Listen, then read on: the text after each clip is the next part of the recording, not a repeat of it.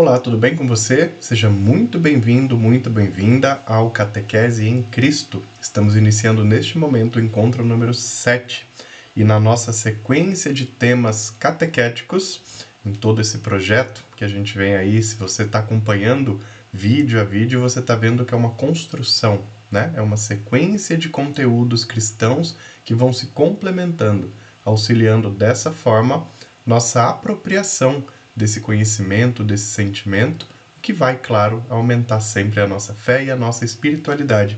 Estamos aqui, falamos no encontro 6 sobre a Bíblia Sagrada.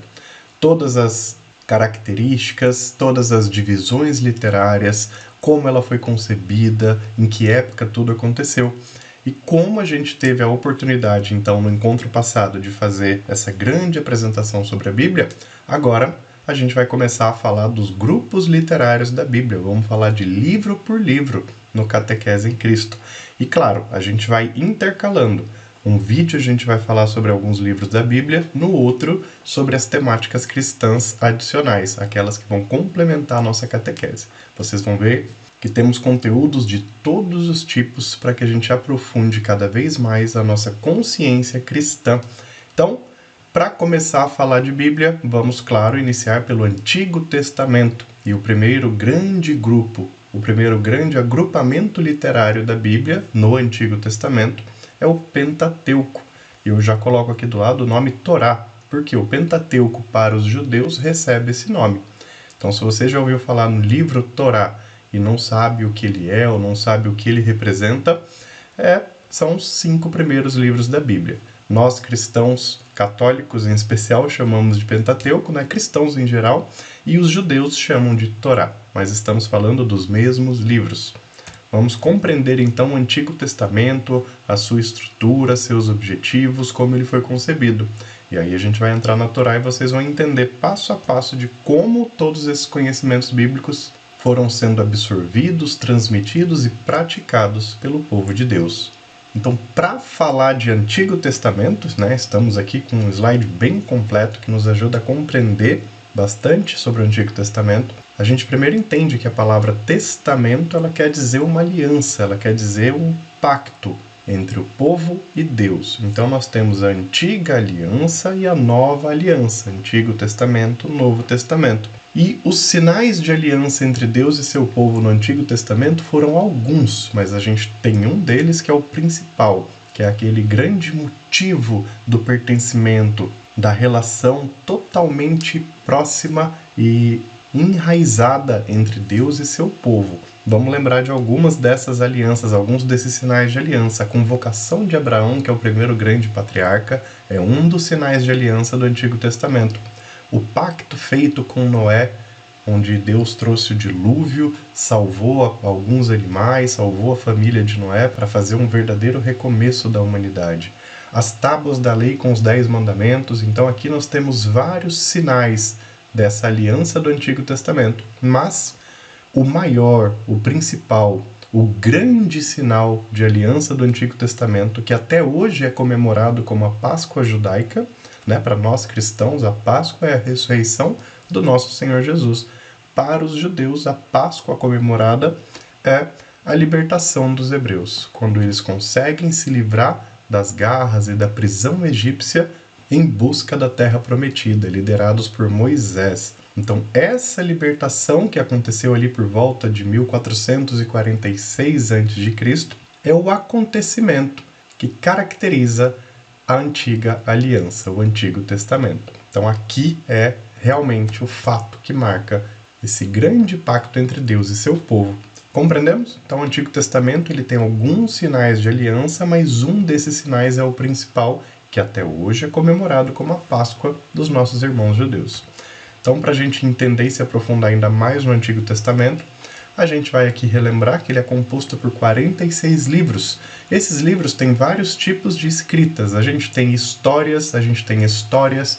Para quem não sabe a diferença, história com H é que aconteceu de verdade. História com E é quando foi criada, é um conto, uma fábula. Cânticos, poesias, leis, profecias, dentre outras formas de expressão. Quando a gente chega nas literaturas midrásticas, por exemplo, que são alguns livros como Ruth, Esther, Tem muitos contos ali que são histórias, né? Que são romances que foram criados como grandes parábolas para aquele tempo, para que o povo pudesse compreender melhor os ensinamentos do pastor, do profeta. Então, muitos desses homens inspirados por Deus, eles criaram histórias como Jesus criou as parábolas, para poder facilitar essa disseminação da palavra de Deus. E esse Antigo Testamento nós vamos ter 2 grandes grupos de livros para você começar a compreensão. Por isso que ao estudar a Bíblia profundamente, né, nem sempre a gente pode somente abrir a Bíblia, assim, fechar os olhos, né, vou abrir para ver o que a palavra me traz hoje. Como eu já falei em outros vídeos, é uma prática que eu também faço no meu dia a dia para uma oração pessoal. Mas para que a gente possa se aprofundar nos conhecimentos de fato do Antigo Testamento, do Novo Testamento, da Palavra de Deus, a gente precisa ter um conhecimento sequenciado. Isso vai nos ajudar a fazer uma relação entre os acontecimentos, o seu tempo, o que de fato acontecia naquele momento, para que as atitudes fossem feitas, para que os profetas falassem, compreende? Então a gente de fato precisa mergulhar mais profundamente.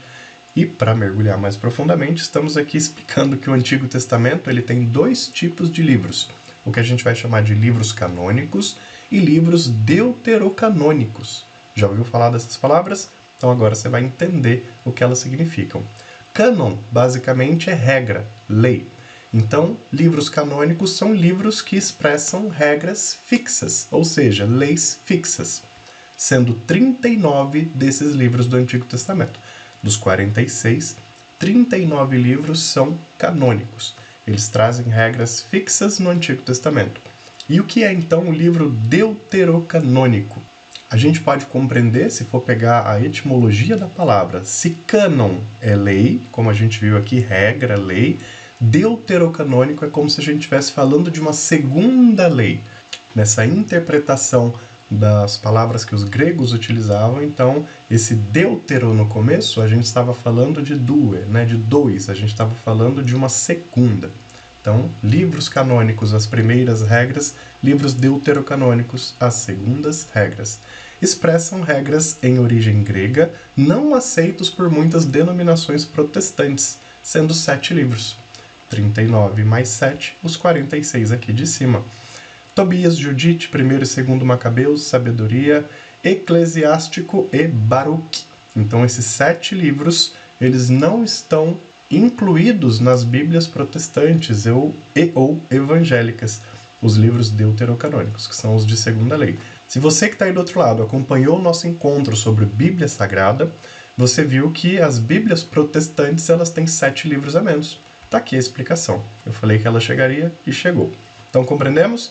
Nós temos esses 2 tipos de livros. Livros com primeiras leis e livros com segundas leis, que foram quando algumas leis foram refeitas, reavaliadas.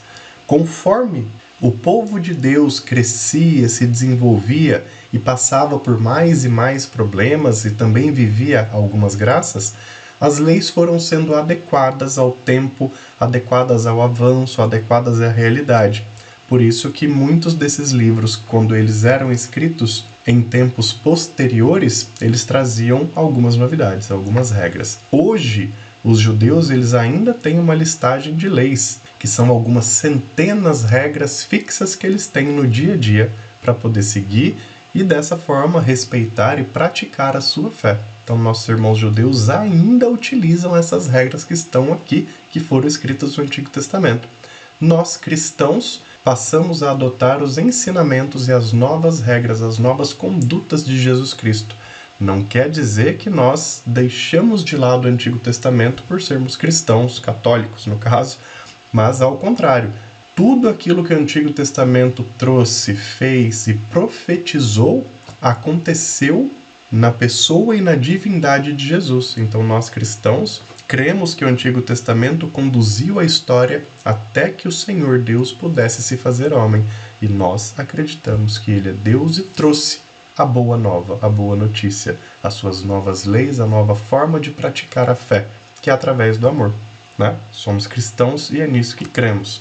Então, falando um pouco mais de Antigo Testamento, a gente vê que o Antigo Testamento se divide em 4 grupos literários. A gente vai falar aqui desse amarelinho, que é o Pentateuco, Então nós temos o Pentateuco com 5 livros, livros históricos serão 16 livros, livros sapienciais são 7, para mim talvez aqui é a parte mais importante até do Antigo Testamento, eu acho esses livros maravilhosos, e os livros proféticos que são 18, se a gente somar tudo isso daqui vai dar os 46. E vamos, claro, começar a falar agora do primeiro grupo literário do Antigo Testamento, o Pentateuco. Como a gente comentava, são os 5 primeiros livros da Bíblia, chamado pelos judeus de Torá.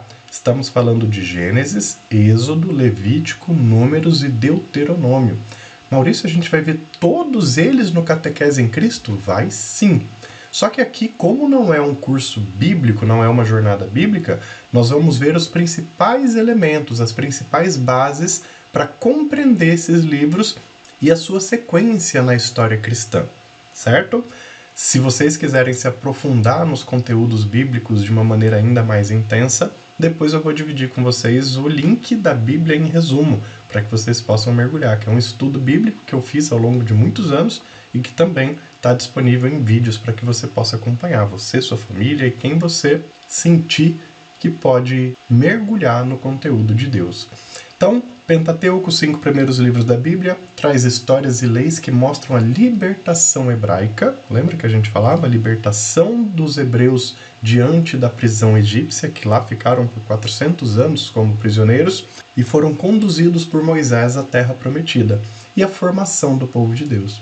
Então, quando os hebreus saem do Egito em busca da Terra Prometida, com Moisés, Arão e depois Josué, eles não apenas têm essa libertação, tem esse êxodo que acontece, mas eles precisam formar as bases do povo.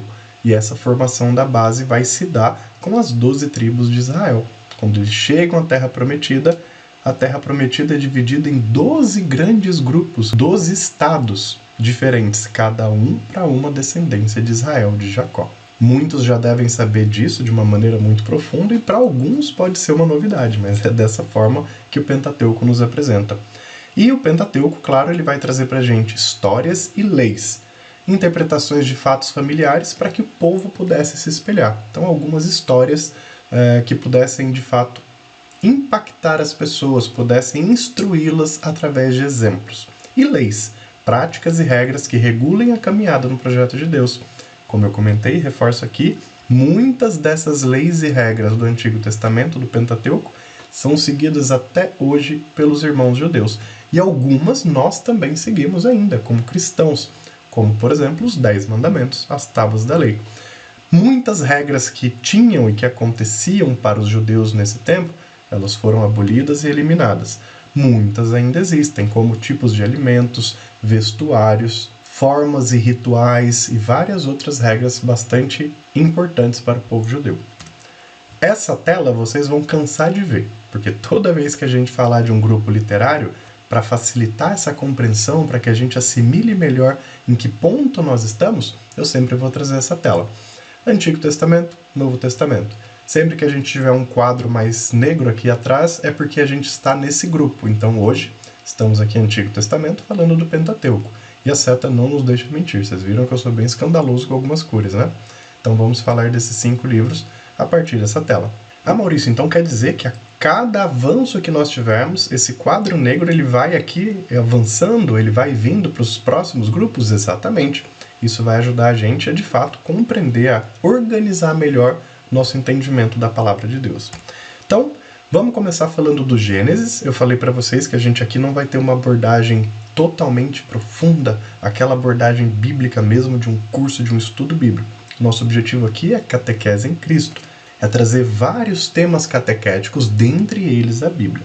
Mas se vocês querem se aprofundar especialmente nos livros bíblicos, estou colocando aqui o link da Bíblia em resumo. E aí vocês podem acessar e lá vocês, claro, vão ter uma jornada bíblica bem profunda. São 73 vídeos, um para cada livro da Bíblia. Vídeos que podem durar de 8, 9 minutos até 1 hora, 1h30, a depender do livro. Os evangelhos, por exemplo, são vídeos bem extensos, porque a gente traz com riqueza de detalhes tudo que os evangelistas nos passam. Eu trago no vídeo, vou colocando ali os exemplos, as principais referências, e espero que você goste também. Então, vamos falar do Gênesis, o primeiro livro da Bíblia. Ele tem 50 capítulos está no Antigo Testamento, o grupo é o Pentateuco, não há um subgrupo. O livro se chama Gênesis, a sigla está aqui, GN, livro número 1/73. Por que eu estou falando isso? Porque esse quadrinho vai estar disponível em todos os livros que a gente estiver apresentando. De uma forma bem didática, você vai se apropriando, você vai se acostumando com toda essa estrutura do nosso livro sagrado. Então falava que ele tem 50 capítulos, é um livro bastante extenso. A autoria é atribuída a Moisés. Por que eu coloco aqui e vou colocar muitas vezes em livros futuros? Há controvérsias, porque é atribuída a Moisés por tradição, mas muitos estudiosos ao longo da história, muitos estudiosos cristãos e até mesmo judeus, eles não conseguem ter uma certeza de que foi Moisés que escreveu. Por quê? Porque a estrutura literária, a forma como as histórias são manifestadas, ela se difere de alguns outros livros que também são atribuídos a Moisés. Então, sempre que houver alguma dúvida, eu vou sempre comentar aqui, olha, não digo que é, nem digo que não é. Há controvérsias, porque os estudiosos ao longo do tempo manifestam essa controvérsia.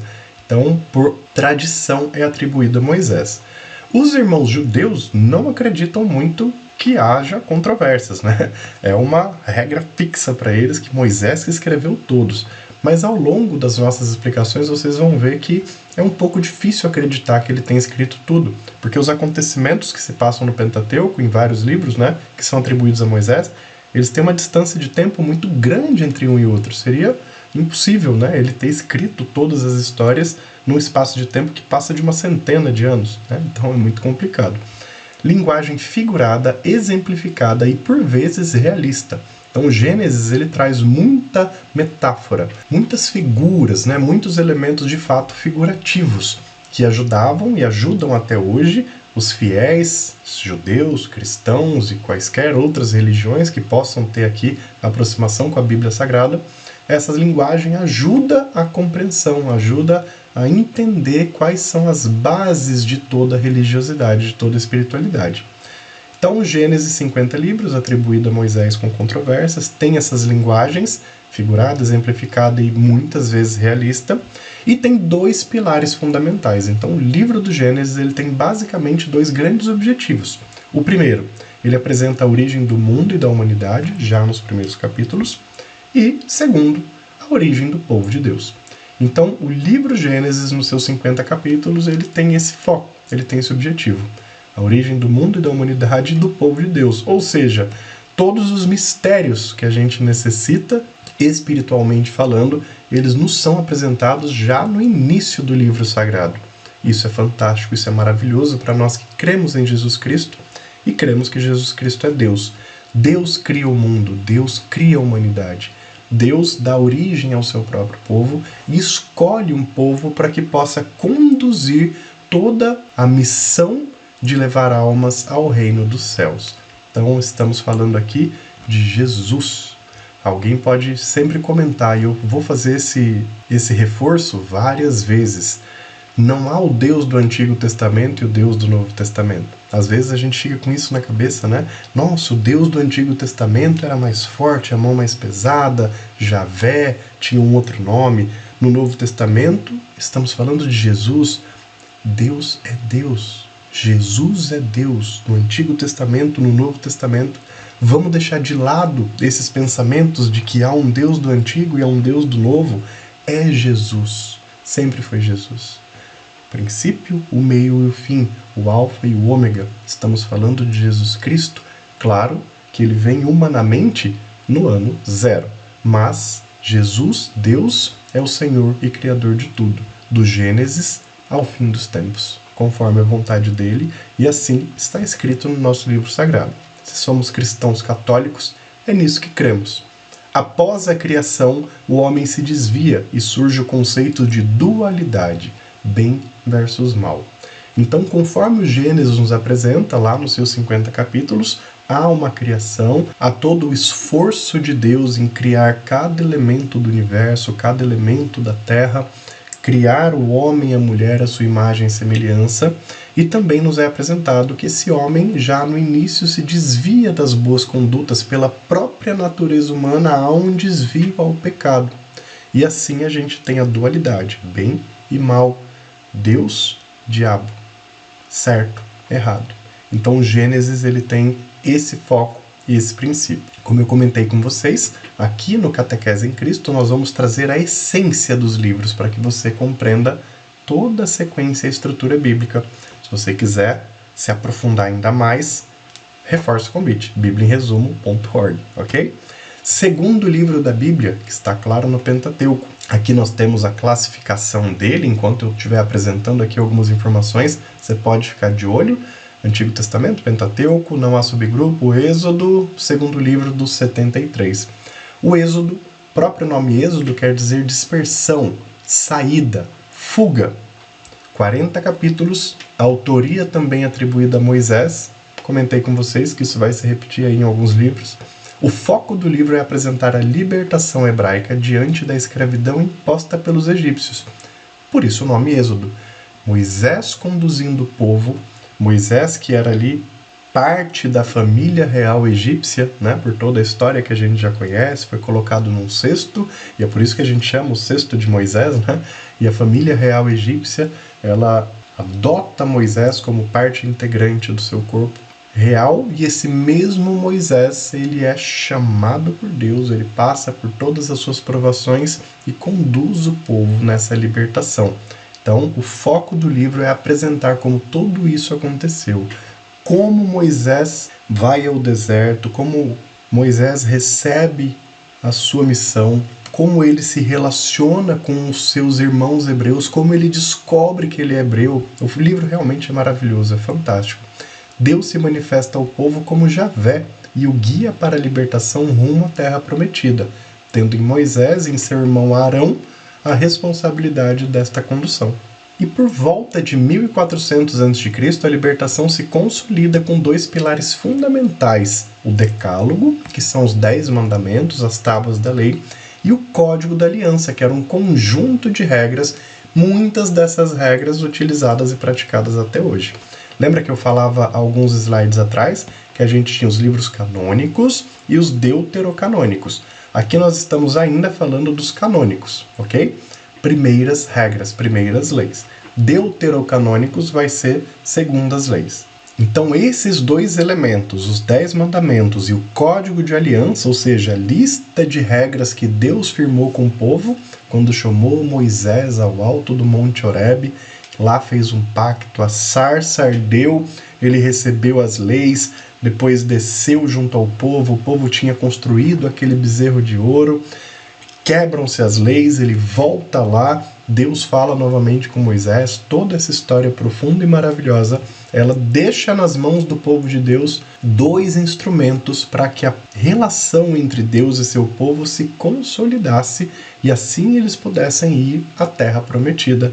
Estamos falando aqui regras, leis, as tábuas da lei.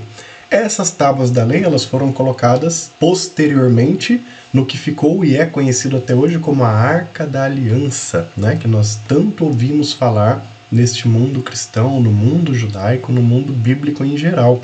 A Arca da Aliança era a arca, né? Um grande baú onde estavam armazenadas essas leis, o Decálogo e o Código da Aliança. Por isso que a Arca da Aliança ela foi tão importante naquele tempo. Os homens carregavam essa arca durante toda a busca da Terra Prometida. Que maravilhoso! Depois essa Arca da Aliança chega até o Templo de Jerusalém, claro, muitos e muitos anos depois, já com o rei Davi e Salomão. Compreendemos o Êxodo? Falamos do Gênesis, primeiro livro, Êxodo, segundo livro. Vamos ao terceiro livro da Bíblia e do Pentateuco. Aqui nós temos a classificação dele, um livro já um pouco menor, 27 capítulos, atribuída a Moisés também. Não preciso nem falar nada daqui, né? As mesmas questões. O livro descreve rituais para situações distintas, orientando Israel na preservação, adoração e culto a Deus Javé. A tribo de Levi foi a escolhida para as funções sacerdotais entre o povo de Deus. Israel, Jacó, né? Jacó, filho de Isaac, que era filho de Abraão, Jacó foi mudado o nome dele por Deus para Israel, povo de Deus. De Jacó sai a descendência das 12 tribos de Israel. Uma dessas tribos, um desses filhos, chamado Levi, foi o grupo e a descendência escolhida para as funções sacerdotais. Por isso o livro tem o nome de Levítico. Ou seja, o que quer dizer o nome Levítico que é atribuído como nome deste livro? Quer dizer, livro que vai explicar as funções dos levitas. Levítico, né? O que os levitas irão fazer. O foco entre a relação de Javé com Israel por meio de Moisés é característica fundamental do livro. Olha que interessante. A relação de Javé através de Moisés, ou seja, Javé falava a Moisés e Moisés era o grande profeta. Javé não falava diretamente ao povo, ele utilizava-se de um instrumento, tal como ele fez com Abraão e tal como ele fez com vários profetas ao longo da história, tal como ele faz até hoje com muitos e muitos homens e mulheres de Deus que se dedicam à vida e à busca do reino, que se dedicam a preparar almas para um dia chegar ao reino dos céus. Então, até hoje, Deus se comunica, Deus mantém muitas pessoas como grandes instrumentos que possam propagar a sua palavra e a sua vontade no meio de nós. Então, essa característica fundamental ela é muito importante. Não esqueçamos, Levítico vem as funções dos levitas, ou seja, as funções da tribo de Levi, os sacerdotes do Antigo Testamento. E aqui tem até uma foto que mostra como os levitas praticavam os rituais naquele tempo, né? Que nós temos a arca, tá um pouquinho apagado, né? Que essa é uma foto bastante emblemática e importante para quem estuda a Bíblia, é uma foto bem famosa, uma gravura famosa, mas aqui tem a Arca da Aliança, mostrando eles fazendo rituais de adoração a Deus Javé. A vela judaica aqui, né, mostrada, tudo isso para exemplificar ainda mais a função desta tribo. Números, quarto livro da Bíblia. Tá aqui, ó, número 4, Antigo Testamento, Pentateuco. Vocês já sabem como tudo isso funciona, né? Então é bom que vocês vão se acostumando, porque a gente vai ter vários e vários livros aí pra frente nos próximos encontros. Números, 36 capítulos, autoria atribuída a Moisés. E aqui vocês não estão vendo que há controvérsias, porque há um consenso de que Moisés, de fato, escreveu esse, com uma chance de certeza muito grande. O livro trata inicialmente de um grande recenseamento dos hebreus que seguem no deserto. Então você imagina, Moisés liberta um povo que ficou escravo por mais de 400 anos.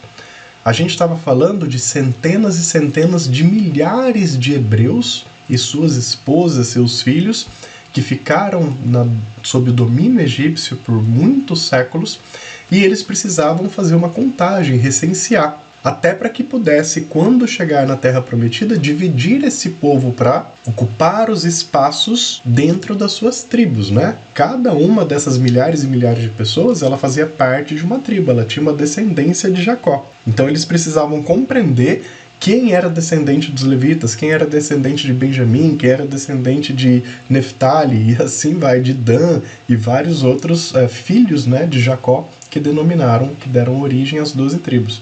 Então, por isso ele tem esse nome, Números. Se você não leu ainda o livro dos Números, não se aprofundou, você vai ver que é uma contagem mesmo, eles chegam em números exatos lá de quantos homens tinham. Aborda ainda sobre a formação e organização social do povo, para alcançarem o projeto de Deus. Então, não apenas fala desse recenseamento, dessa contagem, mas também sobre como eles se organizavam socialmente, né? Quem cuida do quê, quais funções precisavam ser desempenhadas, quem cuida da parte burocrática, quem cuida do dinheiro, quem cuida dos rituais, quem cuida da comida. Muitos desses elementos são apresentados em Números. E o centro da orientação é a grande guarda da Arca da Aliança, que contém as leis e diretrizes para a rotina da vida. Lembra que eu falava no slide, acho que anterior, né? A gente estava falando sobre a Arca da Aliança, que foi esse grande baú, né? Ornamentado com pedras preciosas, com metais preciosos, e lá dentro foram guardadas as tábuas da lei e as diretrizes entregues por Deus a Moisés. Por isso que essa Arca da Aliança era tão importante, porque ali estava o centro da união, o símbolo do pacto entre Deus e seu povo. E para onde eles iam, claro, eles carregavam essa arca, montavam uma grande tenda para ela a cada novo acampamento, para que a arca pudesse ter um lugar especial de adoração, de manifestação e até mesmo de respeito e seguimento às regras que estavam ali dentro. Revela ainda, o livro dos Números, revela ainda conflitos e tentações sofridas nessa fase, indicando as fraquezas a que o povo, os chefes e seus líderes estão sujeitos. Imagina, esse povo vagou pelo deserto por 40 anos, milhares e milhares de pessoas. Então, ao longo desse tempo, haviam nascimentos, haviam mortes, haviam problemas, haviam brigas, havia falta de comida, havia falta de dinheiro. No caso, dinheiro em espécie não, né? Mas produtos que eles utilizavam para fazer troca, para manter o próprio povo. Então o livro ele traz tudo isso. É um livro bastante interessante. Inclusive, neste livro está uma das passagens mais maravilhosas que a Bíblia traz, no meu entendimento. Que todas as vezes que eu faço a oração do Santo Terço, sozinho, com a minha família ou na comunidade, eu lembro ela. Deus te abençoe e te guarde, Ele te mostre a sua face e se compadeça de ti, que Ele volva para ti o teu olhar e te dê a paz, que Ele nos abençoe.